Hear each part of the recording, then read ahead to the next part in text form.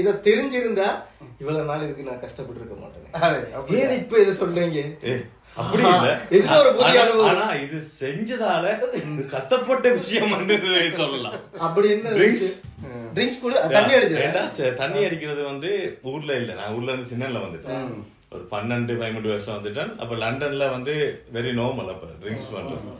அப்போ முதலாவது ட்ரிங்க்ஸ் சொல்லி நாங்க ஒரு கொஞ்சம் ஃப்ரெண்ட்ஸ் வந்து ஒரு 6-7 பேர் வந்து செட் பண்ணிட்டோம். ஃபர்ஸ்ட் பண்ண போறோம். தேடி பார்த்தா பொட்கா தான் நாங்க கொஞ்சம் இப்போ வரைக்கும் அதான் சீப்பஸ்ட்.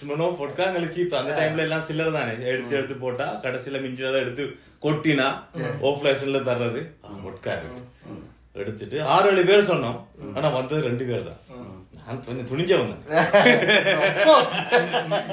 கொண்டு வாடா, தைரியமான ஆளாச்சு சொல்லு.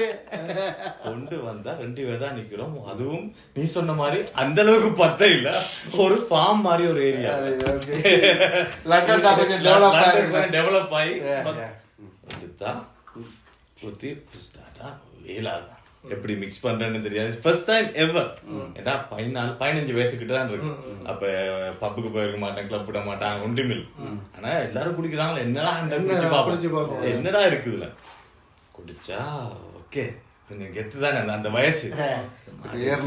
ஓகே ஒரு 2 பேக் நல்லா இருக்கு.